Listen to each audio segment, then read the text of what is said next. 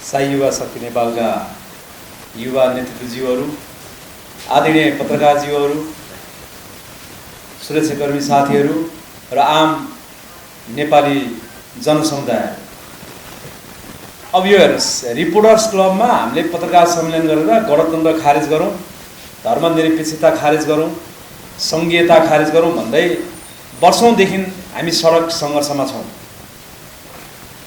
जसको फलस्वरूप अहिले नेपाली जनतामा चाहिँ अलिकति गणतन्त्र विरुद्धको प्रतिकारको क्षमता चाहिँ त्यो हामीले वर्षै पछि वर्षौं कार्यक्रम गरेका कारणले चाहिँ अलिकति चाहिँ आछ र त्यतिले पुगेको छैन। किन भन्दाखेरि चाहिँ अब गणतन्त्रका मतियारहरूले विदेशीसँग देशको सम्झौता गरेर धेरै पैसा लुटेर जनतालाई पनि शोषण गरेर यो सीमा नागिसकेको अवस्था छ। तर पनि म नेपाली जनताहरूलाई देख्दा कहिलेकाहीँ छक्क लाग्छ मलाई। यही व्यवस्थाले, यही नेताहरूले चुनाव घोषणा गर्छ, त्यो चुनाव घोषणा भएपछि चाहिँ त्यो बच्चाहरूलाई सानो बेला दसैँ आउँछ नि, त्यो दसैँ आएको जसरी उफ्रिया रमाइलो मानेको पाउँछु। त्यो चुनावको कारणले फेरि यही बुवासाहरूलाई शक्तिशाली बनाएर फेरि यिनले नै देश चलाउँछन्, यही ठुला पार्टीहरू अगाडि बढ्छन् र यही विदेशी दलालहरूले चाहिँ हामीलाई शोषण गर्छन् भन्ने कुरा नेपाली जनताले किन नबुझ्या होला? त्यो बुझाउनको लागि र यो व्यवस्था खारेज गरौँ, जनता उठ्नुस्, घर घरबाट जाग्नुस् भन्नको लागि फेरि हामी साई युवा शक्ति नेपाल सडकमा आउँदैछौँ। साई युवा शक्ति नेपालले हेर्नुहोस्, यो गणतन्त्र खारेज गरौँ भन्दै सडकमा विभिन्न शीर्षकका कार्यक्रमहरू धेरै हामीले गरिसकेका छौँ।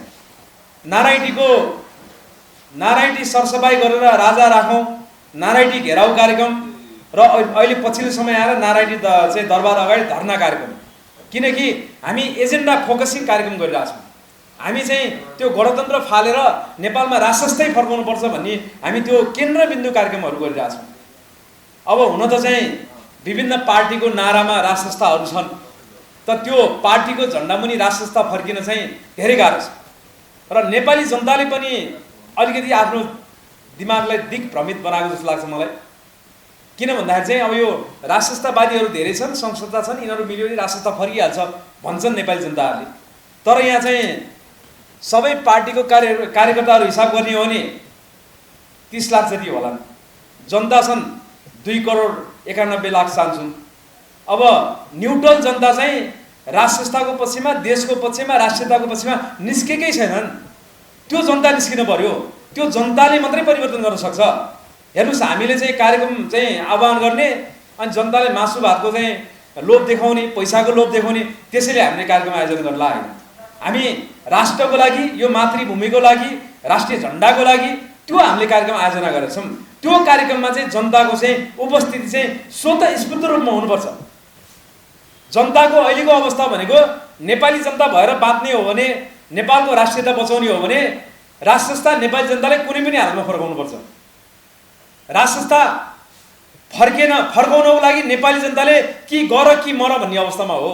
नेपाली जनताले नेपाली भनेर महसुस गर्ने हो भने त राष्ट्रस्था चाहियो नि। त्यो राष्ट्रस्थको राजा ज्ञानेन्द्र सरकारको गद्दी आरोहण गराउनुपर्छ। त्यसको लागि हामी नारायणटी अगाडि धर्ना दिने कार्यक्रम, हुन त मान्छेले सिंहदरबार अगाडि धर्ना दिने कार्यक्रम राख्छन्, तर हामी चाहिँ यो गणतन्त्र, यो भ्रष्टाचारीहरूको चाहिँ विपक्ष भएको कारणले चाहिँ हामीले चाहिँ राष्ट्रस्थको माग नारायणटी अगाडि, त्यो नारायणटी चाहिँ एउटा खण्डघर जस्तो भएको छ। त्यो नारायणटीमा राजा नहुँदा देशमै एउटा दशा लागेको अवस्था छ। त्यो नारायणटी शून्य भएको अवस्था छ। आज देश अभिभावकविहीन भएको छ। त्यस कारण चाहिँ श्री 5 ज्ञानेन्द्र सरकारलाई नारायणटी भित्राउ भन्ने उद्देश्यका साथ हामीले चाहिँ धर्ना कार्यक्रम आयोजना गरेका छौँ। त्यो कार्यक्रममा नेपाली जनताले म यो पार्टीको, म त्यो पार्टीको, म यो झन्डा मुनि भन्ने सोच बिर्सिनुहोस्। आयोजक को भन्ने कुरा नि बिर्सिनुहोस्। किनकि राष्ट्रको लागि राष्ट्रस्थ आवश्यकता छ। राष्ट्रस्थ पुनर्स्थापनाको लागि अब नेपाली जनता सडकमा आउनै पर्छ, कुनै पनि हालतमा आउनुपर्छ।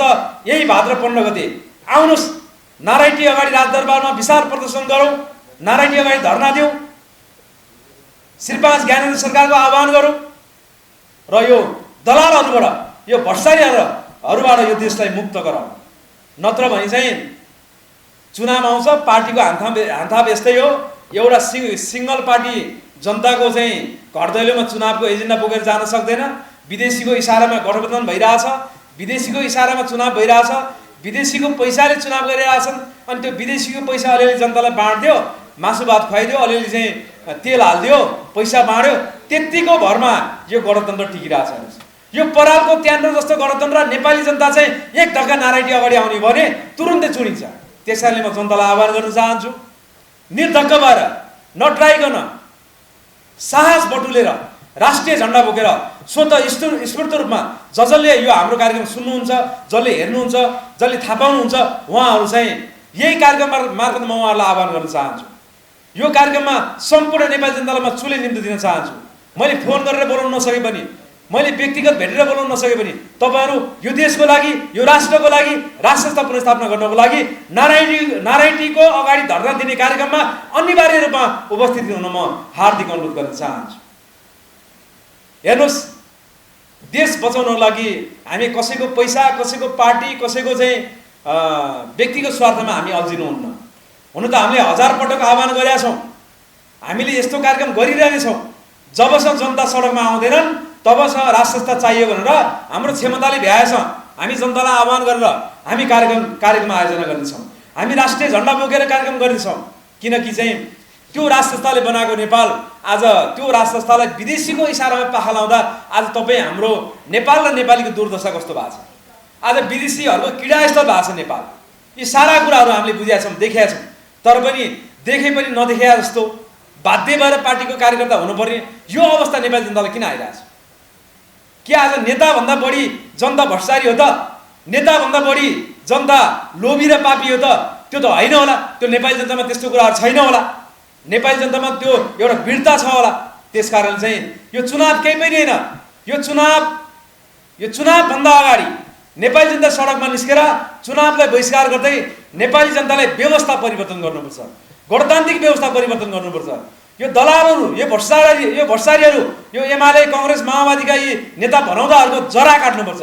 त्यो जरा काट्ने भनेको गणतन्त्र भत्काउनुपर्छ। हेर्नुहोस्, हामीले गणतन्त्र, संहिता र धर्मनिरपेक्षता भत्काउन सकेनौँ भने यो सत्ताको चाहिँ लुच्छाछुडी गर्ने त्यो स्यालहरूको र यो एउटा चाहिँ हड्डीमा भएको लडाइँ, एउटा हड्डी फालिदियो भने स्यालहरू, यो कुकुरहरू कस्तो लडाइँ गर्छ, त्यही लडाइँको तमासा हामीले सधैँभरि हेर्नुपर्छ।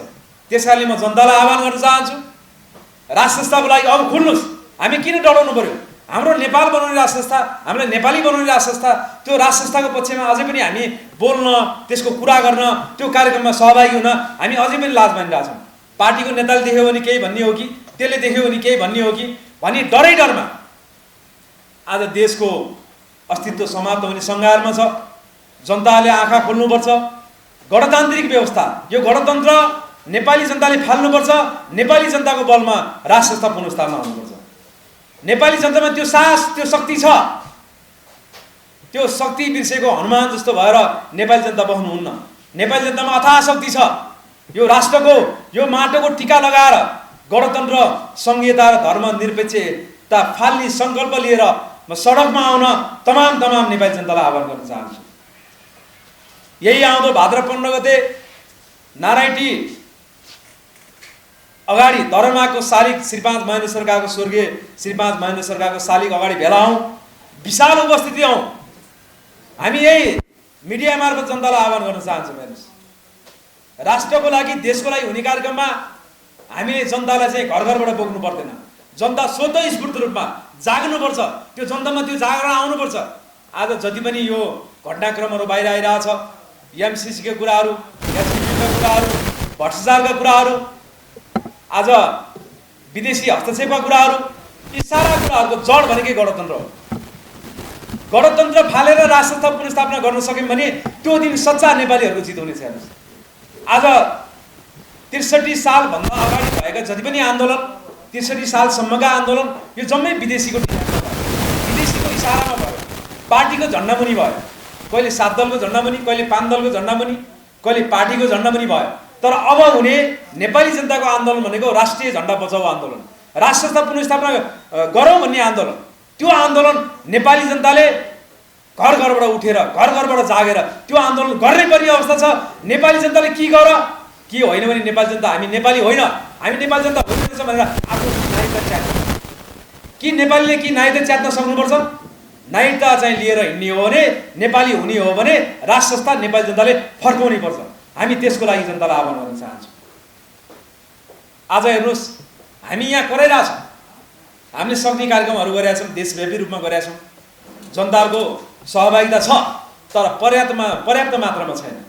आज एउटा गुठी विधेयक खारेज गर्न जसरी काठमाडौँ उपत्यकामा नेवार समुदायहरू जागेर एक छिनमै गुठी विधेयक खारेज भयो नि, त्यसै गरी यो दलालहरूलाई भगाउन, यो भ्रष्टाचारको अन्त्य गर्न, यो गणतन्त्रको अन्त्य गर्न उपत्यकावासी मात्रै जाग्ने हो भने छिनभरमा चुडिन्छ यो विदेशीले लगानी गरेको गणतन्त्र, छिनभरमा खारेज हुन्छ यो धर्मनिरपेक्षता र यो देशलाई ऋणको भारी बोक्ने संहिता, यो पनि छिनभरमा नेपाली जनताले खारेज गर्न सक्छन्। तर नेपाली जनता भएर उठ्नु पर्यो, जाग्नु पर्यो।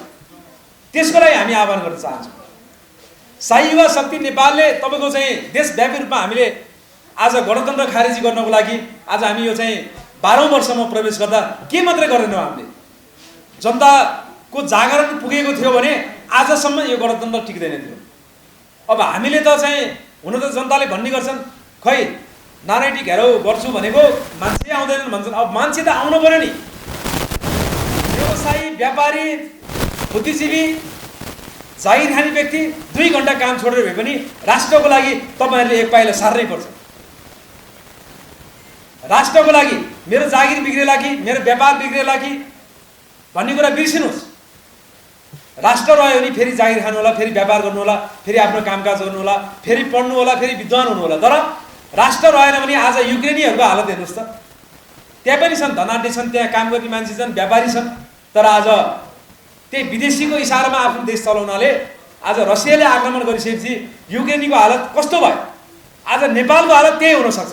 यो एमसिसीको कारणले, एसपिपीको कारणले, विदेशीको इसारामा देश जुन किसिमले सञ्चालन गरिरहेछ, यस्ता कारणले आज हेर्नुहोस्, नागरिकता विधेयक, नेपालको नागरिकता, नेपाली भन्ने परिचय बेच्ने कुरा हो।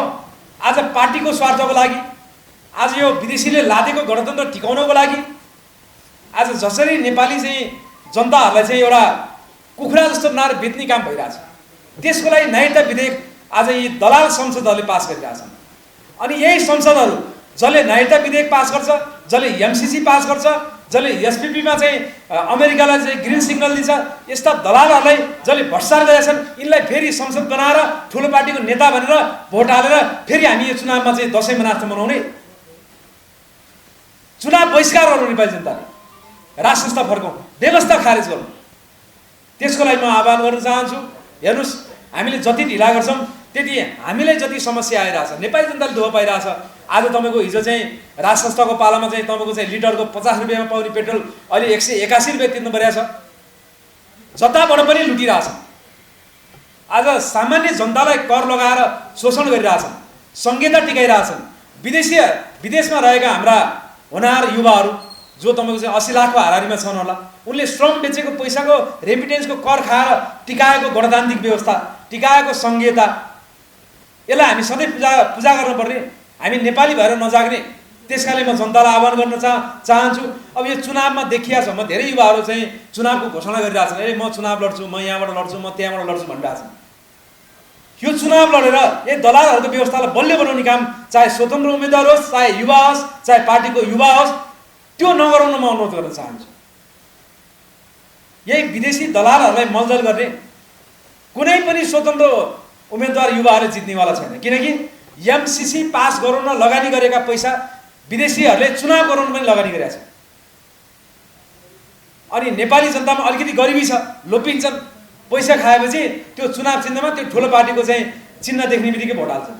अनि भनेपछि यो 5-5 वर्ष कुरेर भोट किन हाल्ने? हामीले यही दलालहरूलाई बलियो बनाउन हाल्ने? यो सामन्तीहरूलाई, गणतन्त्रका सामन्तीहरू, आज हिजो राष्ट्र संस्थालाई सामन्ती भन्थे, आज गणतन्त्रका एक नेता सबै सामन्ती हुन्। हिजो राष्ट्र संस्थाले वंशवाद अगाडि बढायो भन्थे, आज यिनीहरूले आफ्नो परिवारवादमा, हिजो आफ्नो परिवारवादलाई परिचय दिएर परिवारलाई चाहिँ राज्यको चाहिँ शक्तिको दुरुपयोग गर्न लगाइरहेछन्। हिजो राष्ट्र संस्थाको पालामा त एउटा राष्ट्र संस्था हुँदा आज नेपाली जनताको एउटा सम्मान छुट्दै थियो विदेशमा। हाम्रो पूर्ववक्ता उपाध्यक्ष दिदीले पनि भन्नुभयो, नेपालीहरूको त्यो गौरव खै, त्यो आत्मसम्मान खै, यो सम्पूर्ण कुराहरूलाई पुनर्स्थापना गर्नको लागि पनि श्री 5 ज्ञानेन्द्र सरकार गद्दी आरोहण गराउन जरुरी छ। अब लाज मान्न पनि जरुरी छैन। त्यो चाहे हिन्दू राष्ट्रको कुरा गरोस् चाहे राष्ट्र संस्थाको कुरा गरोस्, अब आवश्यकता भनेको त्यो गद्दी सरासर जनताको लागि शान्तिपूर्व त्याग गर्ने श्री 5 ज्ञानेन्द्र सरकारलाई राज्य अभिषेक नगराएसम्म यो देश र जनताको शान्ति सुख फेरि पुनर्स्थापना हुने छैन। त्यसकारण चाहिँ खुलेर आज हामी चुनावमा एउटा एउटा व्यक्तिको प्रचारमा हिँड्छौँ नि त, तर राष्ट्रको खाँचो श्री 5 ज्ञानेन्द्र सरकार देखिसकेको कारणले चाहिँ श्री 5 राष्ट्र संस्था पुनर्स्थापना गर्दै श्री 5 ज्ञानेन्द्र सरकारको चाहिँ राज्य अभिषेक गरौँ भन्ने जुन हाम्रो अभियान सुरु हुँदैछ, त्यो अभियान हामीले पहिलो दिन पनि सुरु गरे हो र अब आउने 15 गते भदौ 15 गते मेरो यो काम छ त्यो काम छ मसँग समय छैन भनेर तपाईहरु नपन्छिनु होला। आम नेपाली जनताहरु चाहिँ भदौ 15 गते 1 बजे नारायणी अगाडि धर्ममागको चाहिँ महेन्द्र शालिग अगाडि भेला हौं। त्यहाँ विशाल जुलुस सहित चाहिँ राष्ट्र संस्थाको माग गर्दै श्री 5 ज्ञानेन्द्र सरकारलाई तेस्रो पटक राजा घोषणा गरौँ। श्री 5 ज्ञानेन्द्र सरकारलाई तेस्रो पटक राजा घोषणा गरौँ भन्दै गरिने विशाल कार्यक्रममा सहभागी हौं।